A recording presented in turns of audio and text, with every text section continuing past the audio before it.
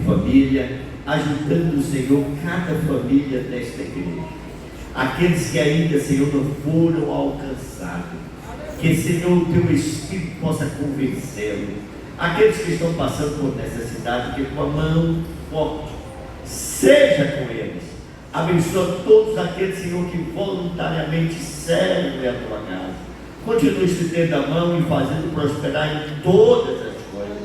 Aqueles que não compreenderam, que Teu Espírito possa ministrar. Aquele que gostaria de ter condição, abre porta para também, com alegria, servir a Tua casa. Aqueles que vão administrar, que faça debaixo do temor e tremor do Teu nome. Teu Filho, Senhor, que vai ministrar para nós outros nesta noite. Toma mais uma vez nas Tuas santas mãos. Usa segundo o Teu querer e a Tua vontade. Por tudo nós Te louvamos e Te agradecemos. Em nome de Jesus. Amém. Aí de pé, querido, vamos receber o nosso pastor Del. Meus amados irmãos, eu quero vos saudar com a gloriosa paz do nosso Senhor Jesus Cristo. Amém. Já que os irmãos estão de pé, eu aproveito para ler a palavra de Deus no Evangelho segundo Marcos, capítulo 2. Marcos, capítulo 2, que fala sobre o paralítico de Cafarnaum. Diz assim a palavra de Deus. E alguns dias depois, entrou outra vez em Cafarnaum e soube que estava em casa. E logo se ajuntaram tantos que nem ainda nos lugares junto à porta eles cabiam, e anunciava-lhes a palavra. E vieram ter com ele, conduzindo um paralítico trazido por 4. E não podendo aproximar-se dele por causa da multidão, descobriram o telhado onde estava e, fazendo um buraco, baixaram o leito em que jazia o paralítico. E Jesus, vendo-lhes a fé, disse ao paralítico: Filho, perdoados estão os teus pecados. E estavam ali assentados alguns dos escribas que arrazoavam em seu coração, dizendo: Por que diz este assim blasfêmias? Quem pode perdoar pecados, senão Deus? E Jesus, conhecendo logo em seu espírito que assim arrazoavam entre si, lhe disse: Por que arrazoais sobre estas coisas em vosso coração? Qual é mais fácil, dizer ao paralítico: Estão perdoados os teus pecados? Ou dizer-lhes: Levanta-te, toma o teu leito e anda? Ora, para que saibais que o Filho do Homem tem na terra poder para perdoar pecados, disse ao paralítico: A ti te digo, levanta-te e toma o teu leito e vai para a tua casa. Amém. Oremos mais uma vez ao Senhor. Pai amado, graças te damos, Jesus, por este dia de paz que o Senhor tem nos concedido, pela oportunidade de estarmos aqui na tua casa, com o objetivo de louvar e glorificar o teu nome. Também de apresentar cada família aqui representada, Pai. Que o Senhor possa falar aos nossos corações nesta noite. Que o Senhor possa trazer uma palavra, Senhor, de reflexão para a vida de cada um dos teus filhos. E que possamos sair daqui na certeza que o Senhor tem falado aos nossos corações. Assim continua conosco em nome de Jesus. Amém. Meus amados e queridos irmãos, em primeiro lugar eu quero louvar a Deus pela vida do pastor Isaac Santana. Como ele falou, nós temos uma amizade muito grande, uma afinidade muito grande de muitos anos. Eu tive o privilégio de ser pastoreado por 11 anos pelo seu pai, pastor Rodrigo Santana, que foi por 25 anos presidente da nossa convenção, e um pastor que marcou a história da nossa igreja, não só na Bahia, mas em todo o Brasil. Não é porque está diante do pastor Isaac, mas eu digo, sempre onde eu chego eu digo: quem não conhece a história do pastor Rodrigo, procure conhecê-la. E eu louvo a Deus pela sua vida, pela vida da sua família, e sempre onde ele vai, ele sempre me convida para estar com ele, eu me sinto privilegiado. Também quero louvar a Deus pela vida da irmã Rosana. Irmã Rosana, nós nos conhecemos, eu acredito que há mais de um ano, né, irmã Rosana? mas só por telefone, não nos conhecíamos pessoalmente.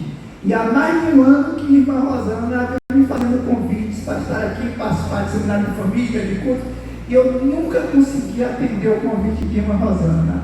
Mas hoje, graças a Deus, eu estou tendo o prazer de conhecê-la pessoalmente e também poder atender o seu honroso convite. Obrigado, irmã Rosana. Também louvo a Deus pela vida do nosso irmão Felipe, sua esposa, que estão cooperando nesse departamento tão importante, que tem o objetivo de trazer edificação para as famílias, não só de uma forma particular, mas para a igreja em geral, que é uma grande família. E família, como já foi dito, foi o primeiro projeto de Deus aqui na face da terra, quando Deus disse: não é bom que o homem esteja só, farei uma ajuda, ali estava nascendo a família. Então a primeira instituição, a mais importante, é a propulsora da sociedade e depende da família. O curso da sociedade depende da família. Se a família estiver bem, a igreja está bem, a cidade está bem, a escola está bem, porque tudo vem da família. E a família está bem estruturada, isso vai influenciar em toda a nossa sociedade. Por isso que é tão importante trabalhar com família, porque família é a igreja normal. Geralmente os demais departamentos trabalham quase de forma isolada, vamos dizer assim, né? Departamento, cada um cuidando da sua faixa etária, mas família não. Família, escola dominical, cuida de tudo todos. Nós expressamos um texto para a meditação dos irmãos, o rico tema, porque lares firmados em Deus permanecem de pé. E quando eu vi o cartaz com esse tema, imediatamente me veio esse texto, que a princípio parece não ter muito a ver com família, mas quando nós examinamos, lemos cuidadosamente, nós vemos que tem tudo a ver com família. É uma cura das mais espetaculares da Bíblia, porque ela foi realizada através de um ato de fé extraordinário. Quando aquele enfermo, aquele homem paralítico que jazia em cima de uma cama, e ele, por ser, não sei se por iniciativa dos seus amigos ou por iniciativa dele, ele quis ver Jesus porque ele acreditava, ou seus amigos acreditavam, que conduzindo ele até Jesus seria curado. Deixa eu ver se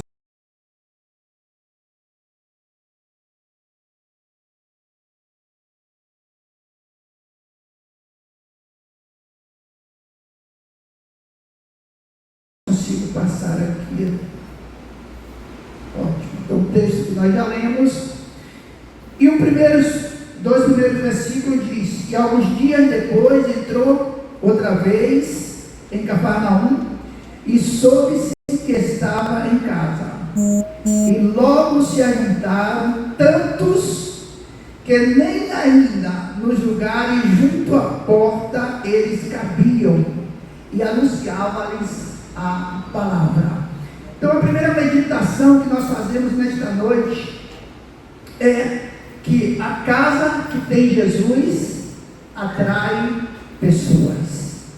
Então quando eles souberam que Jesus, quando as pessoas, as famílias souberam que Jesus estava naquela casa, diz que ajuntou tanta gente que nem ainda nos lugares junto à porta cabiam pessoas. E aí nós fazemos uma pergunta para a reflexão de cada um dos irmãos, para a nossa reflexão. Primeiro, uma casa onde Jesus não habita, ela é triste, é escura, e nela a vida é vazia, sem motivação. É como uma lâmpada apagada. E aí eu faço a seguinte pergunta: imagine se fosse colocado câmeras escondidas por toda a nossa casa. Jesus seria encontrado nela?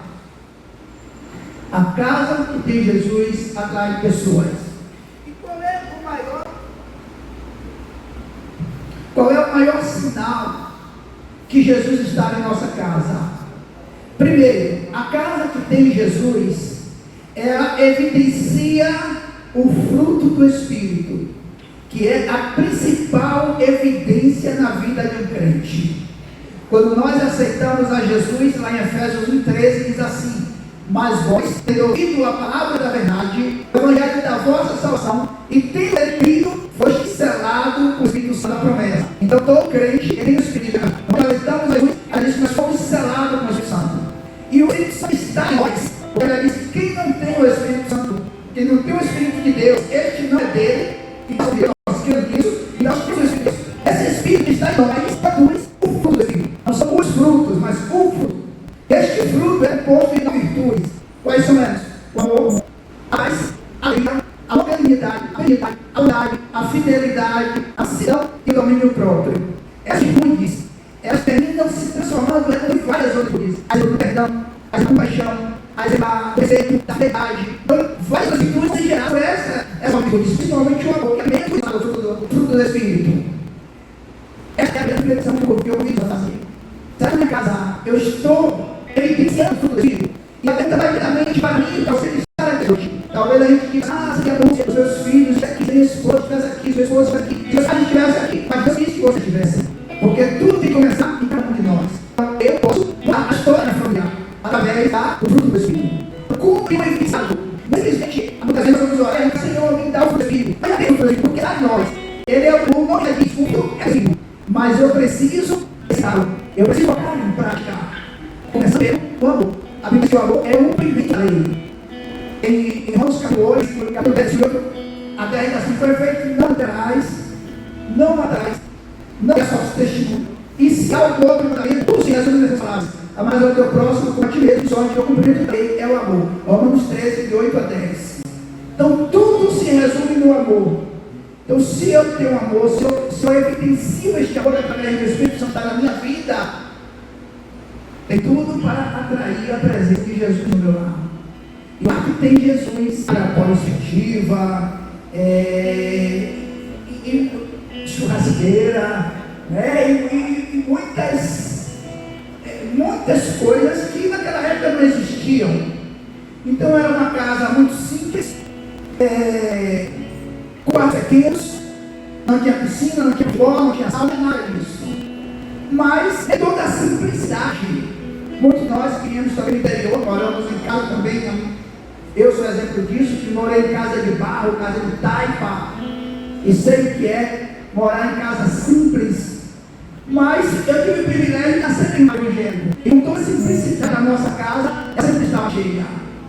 Porque meus filhos falaram, meu pai sempre disse assim, eu não consigo ter um cristianismo individualista.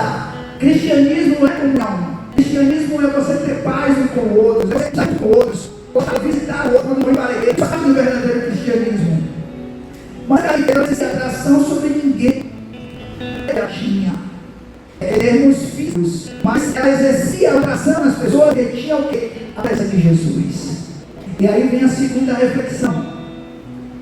A sua casa atrai as pessoas. A sua casa atrai os vizinhos. Quando o seu vizinho passa na sua porta, ele se sente atraído para entrar na sua casa, ou pelo contrário? Eu nunca consegui entender, irmãos, eu que nasci no Evangelho, eu nunca consegui entender crente que fica inimigo de vizinhos porque é crente. Pelo contrário, o crente tem que ser luz. Luz é para iluminar e não escurecer. Crente é presencial e não é para ficar insosso, é para salgar.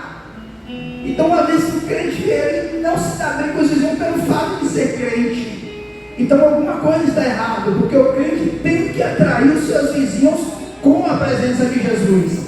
Então, se ele vê que na sua casa tem paz, que na sua casa tem amor, que na sua casa tem respeito, não é porque o meu vizinho é de outra religião, é comum a uma outra fé, que eu vou ficar inimigo dele. Pelo contrário, eu tenho que mostrar Jesus na minha vida, o brilho de Cristo na minha vida, para que possa atraí-lo. Então Pedro, ele conseguia levar as pessoas, não pelo que tinha na sua casa, mas pela presença de Jesus. Em segundo lugar, deixa eu voltar, ok, por favor. Ok,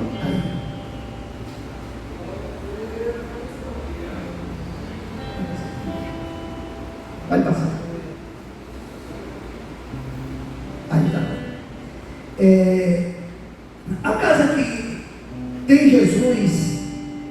Em segundo lugar, é lugar de muita fé. Imagine a situação daquele homem. Era um homem que era paralítico, estava em uma cama e jamais, humanamente pensando, ele conseguiria chegar nessa situação. Nós vemos que a mulher tinha um fluxo de sangue, ela conseguiu romper a barreira porque ela andava. E ela conseguiu tocar em Jesus, porque ela acreditava que se ela pelo menos tocasse Jesus, seria curada. Mas o homem tinha condições de chegar a Jesus. A Bíblia não diz se por um pedido dele ou por uma decisão dos seus amigos levaram aquele homem até Jesus. Mas de que forma? Subiu no telhado da casa, outra árvore. Apesar que aquele telhado não é como os telhados que tem que tirar dele, pegar, era uma coisa mais fácil de ser removido. Mas não havia forma grande para levar aquele homem até o telhado e dizer até Jesus. Isso se chama fé. A casa que tem Jesus é uma casa onde as pessoas exercem a fé. E a Bíblia diz que a fé é a certeza das coisas que se espera e a prova das coisas que se vê. A Bíblia diz que sem fé é impossível agradar a Deus. Como você tem exercitado a fé na sua casa? Os seus filhos têm visto a fé na casa. Nós vivemos em uma época que, infelizmente, a própria Bíblia diz isso, que possa multiplicar a iniquidade e o amor que muitos fiarão. E quando falta o amor, falta fé, falta oração, falta compromisso, quando falta o amor com Deus.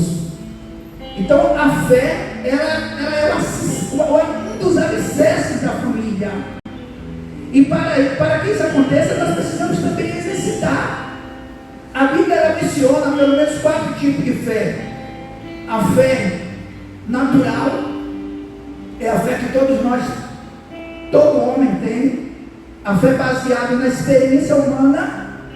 Quando nós chegamos na igreja, nós nos sentamos na cadeira e a gente não fica balançando para saber se a cadeira vai nos suportar o nosso peso. Por quê? Porque nós cremos que a cadeira, que o banco foi feito para suportar o nosso peso.